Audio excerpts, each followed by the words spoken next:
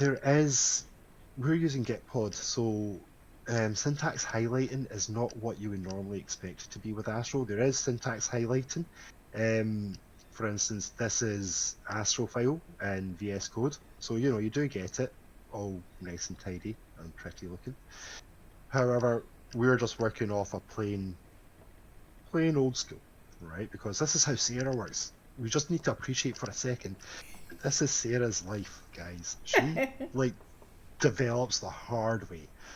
I feel that we should at least go over the existing React code base before we go into XElement code, right? Just so people can introduce from what they currently know into something that will start to feel very intuitive and easy for them. So what we have is, like we're saying, is the sBird.astro page. Sorry, I'm just going to close all these other ones.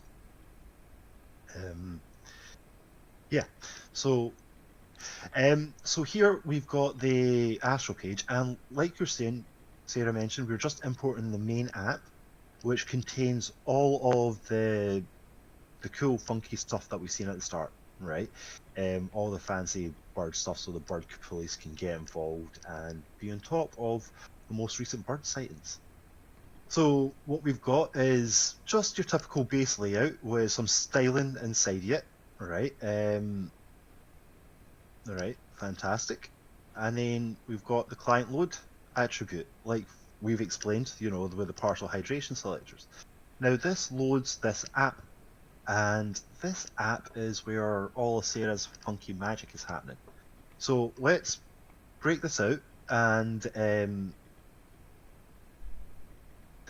the app with every main JavaScript framework has one central point of, well, contact really, and this is what we come to know and love is the app interface. So everything gets stuck in the app, gets done in the app, and the app is what renders on the screen.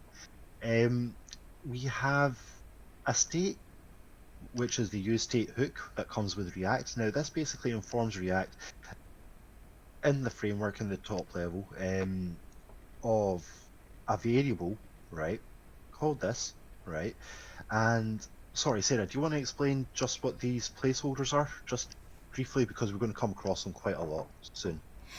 Yeah, so the one variable, we're going to be making API calls to eBird, and mostly what we are concerned about is giving eBird a location code.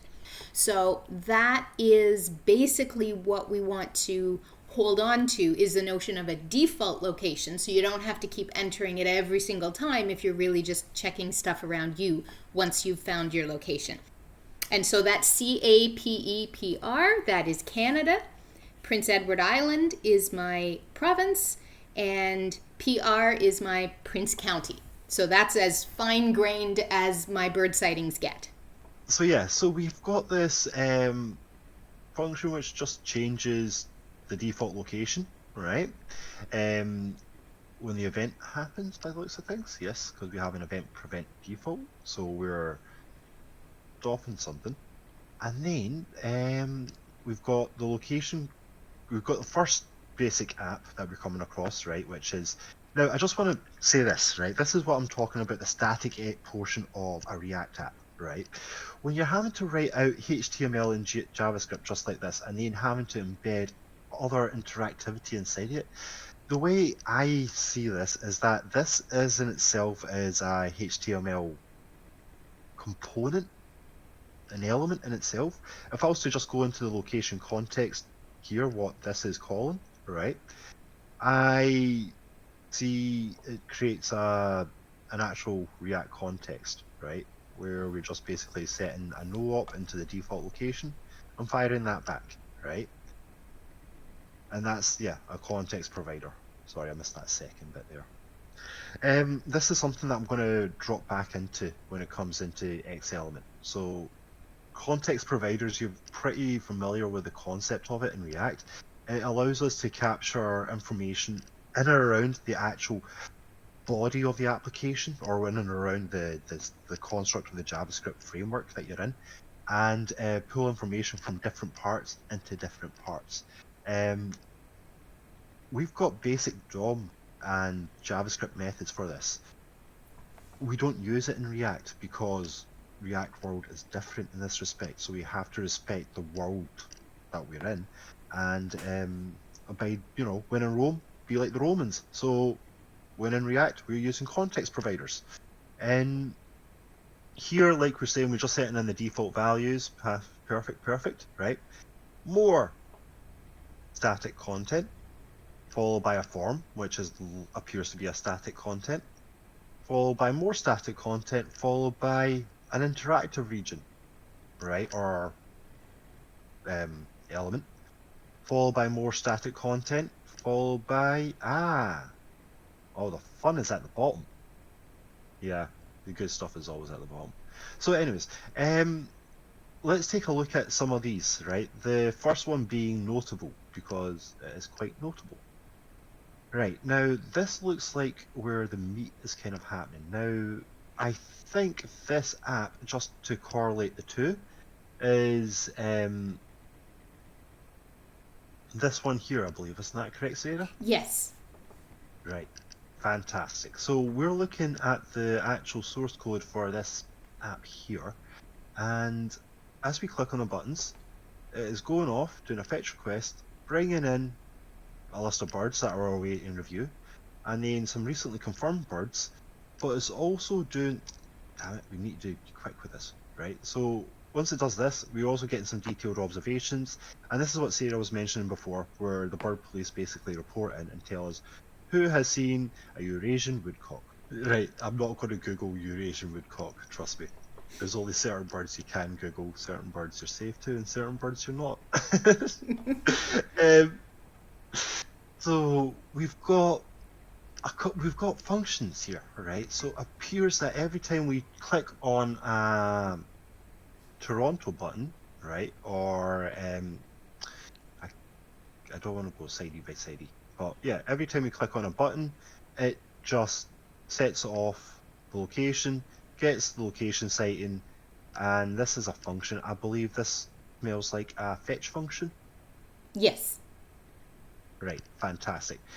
This smells like a set state, and this smells like we're setting state as well, right?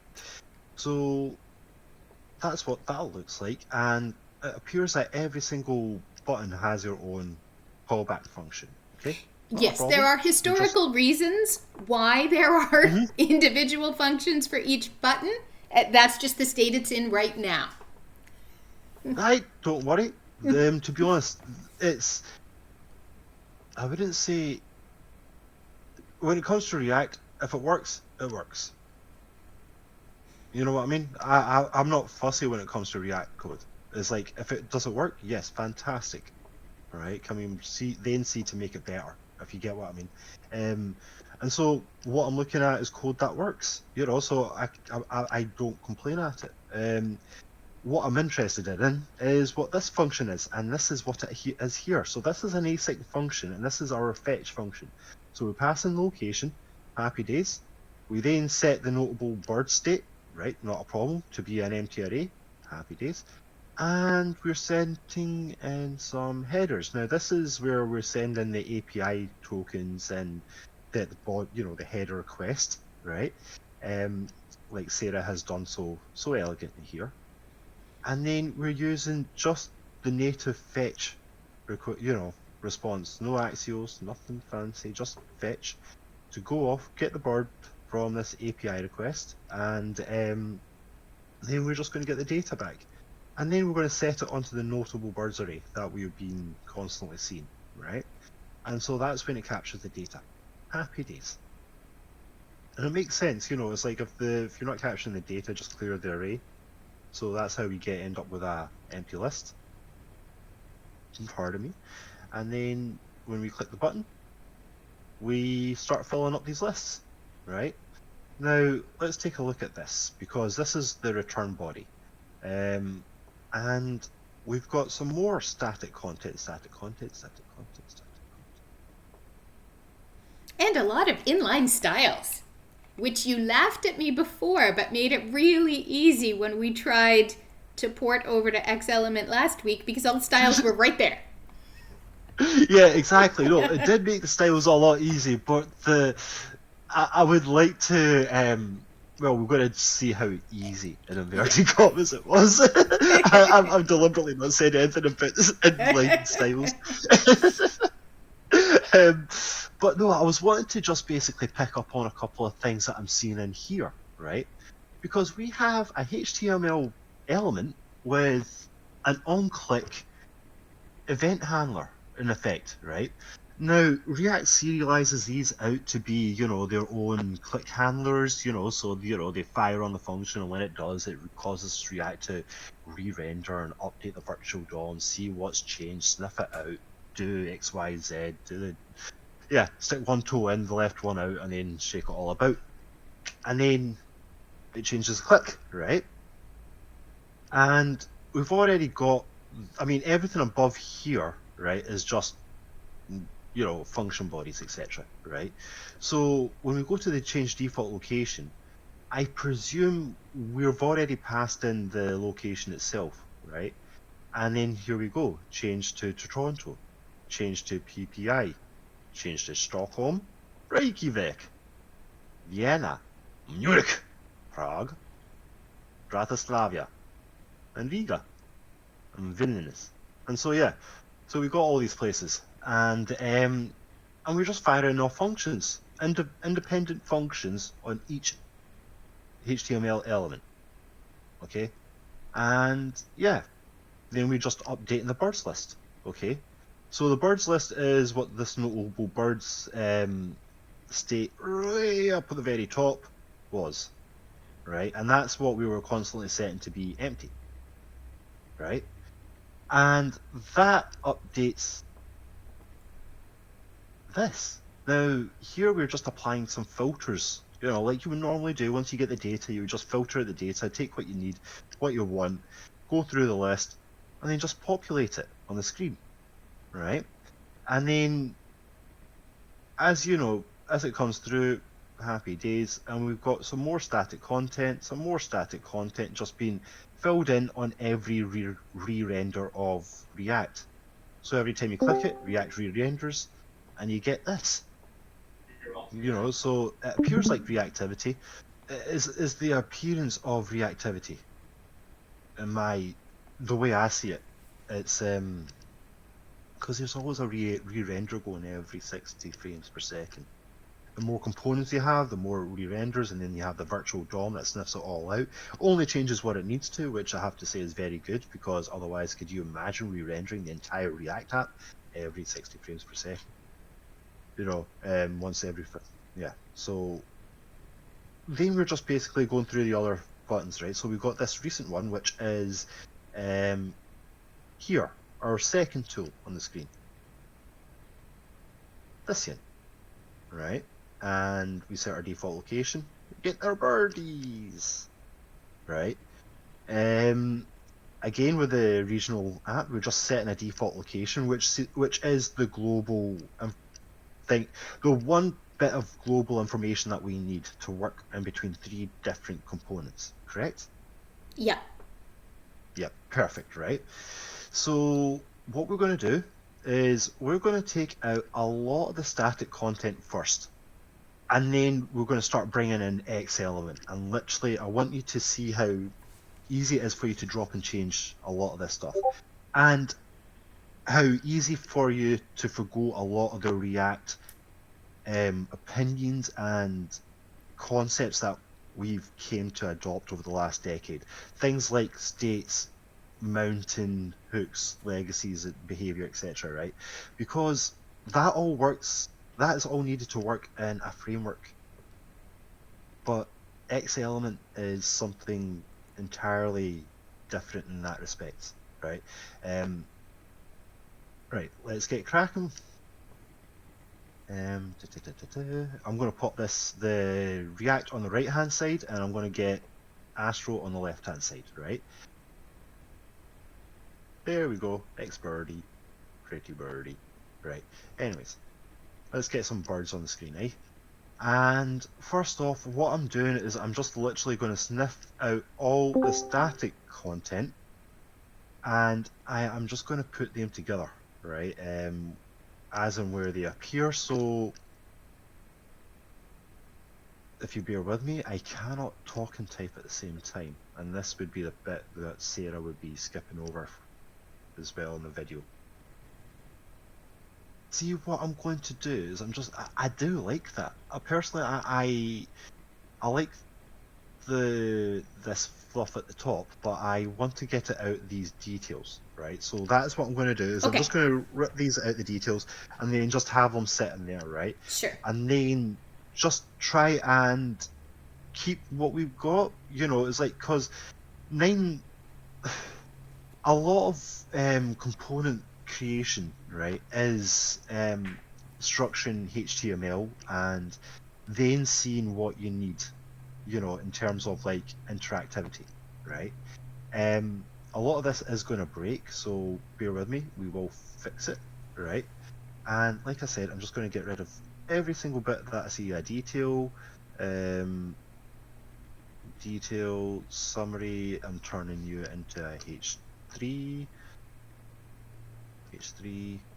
and then we'll work on the inline styles in a wee second and fix them up, right? So I see a detail, I see a detail, I see a detail, and then I see a summary, and I see a summary, also a summary. We're going to go H3 for these, right? Button, form, input, form, on submit. That's going to break, so we're going to have to change that, right? So let me just get the HTML fixed up, and then I'm just going to go down through the HTML again and fix all the weird idiosyncrasies, right? Like the inline styles and some of these on-click event handlers.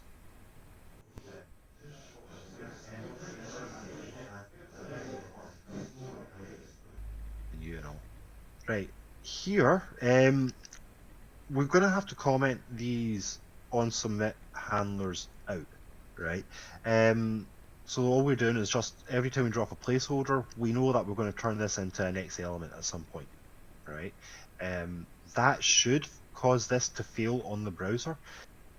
We'll come in that to a second, but yeah. Here we've got your input with a name placeholder. We'll keep that safe, right? This button, I believe, is going to be an XElement in the future. So, but we'll come back to that in a second. I'm just sniffing things out. We've got an actual region here, and this is going to be an XElement, right? So I'm just going to comment this out, right? Fantissimo. And then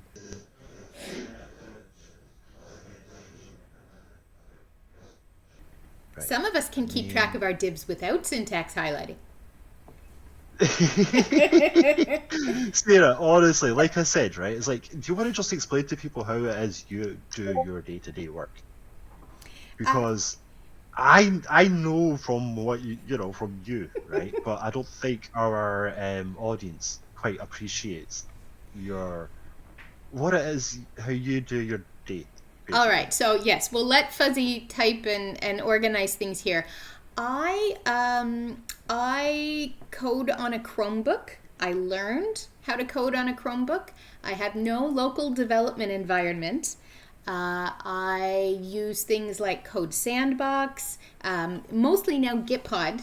Gitpod's a full developer environment, but it's in the cloud. So yes, everything you're seeing him go through, this is how I do it. I have nothing local on my machine. I'm always spinning up instances of Gitpod. It works great. I don't have to configure a lot. Gitpod does give you a configuration file to run some tasks at the beginning of each opening your workspace if you want. So I can, navigate directly into a particular file path. I can run some scripts ahead of time.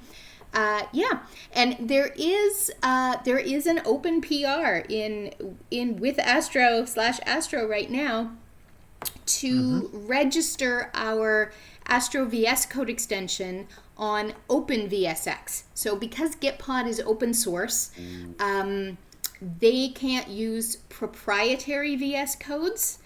which everything is Microsoft, right? But if you also register your code on OpenVSX, then Gitpod has access to it. So you can see my React code is syntax highlighted. It's just the Astro code right now. We are waiting for that to happen. Once that happens, then my Astro code can also be syntax highlighted.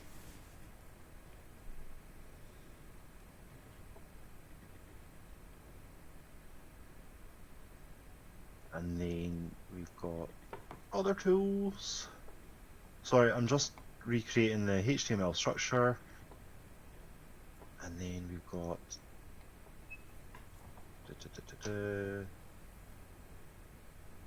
recent app. And then we've got regional date. Alright. Date. Happy days. There we go. Right. So we've got and these buttons are not going to do anything, right? But we've got something very similar to, and you can see the placeholders in here, these locations, this context default location. This is what this reflects a global scope, right? That Sarah had to encapsulate everything in, right? And it was just the one variable by the looks of things, wasn't it, Sarah? You just needed the location, right? And for that to be shared everywhere on the page, no matter where you are, right? Fantastic, right? That should be easy.